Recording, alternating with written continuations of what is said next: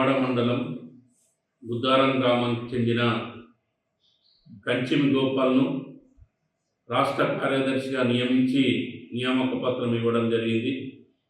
సంఘం బలోపేతం కోసం నిరంతరం ఉద్యమించాలని పిలుపునిస్తూ ఉన్నాం. తెలంగాణ రాష్ట్ర ప్రభుత్వం జీవో నెంబర్ 99ని విడుదల చేయడాన్ని మేము తీవ్రంగా వ్యతిరేకిస్తూ ఉన్నాం.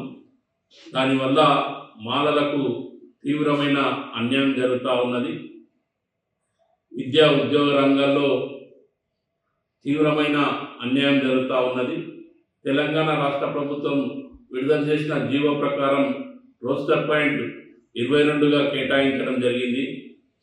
22 రోస్టర్ పాయింట్ ఉండడం వల్ల మాలలకు ఎక్కడ కూడా విద్యలో కానీ ఉద్యోగంలో కానీ ఎక్కడ కూడా అవకాశాలు లేకుండా పోతూ ఉన్నాయి. దీన్ని ప్రభుత్వం వెంటనే గుర్తించాలని మేము డిమాండ్ చేస్తూ ఉన్నాం.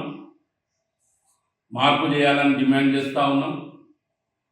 ఎందుకంటే గతంలో ఉమ్మడి రాష్ట్రంలో ఎస్సీ వర్గీకరణ జరిగినప్పుడు మాలలకు 7 రోస్టర్ పాయింట్గా ఉన్నది.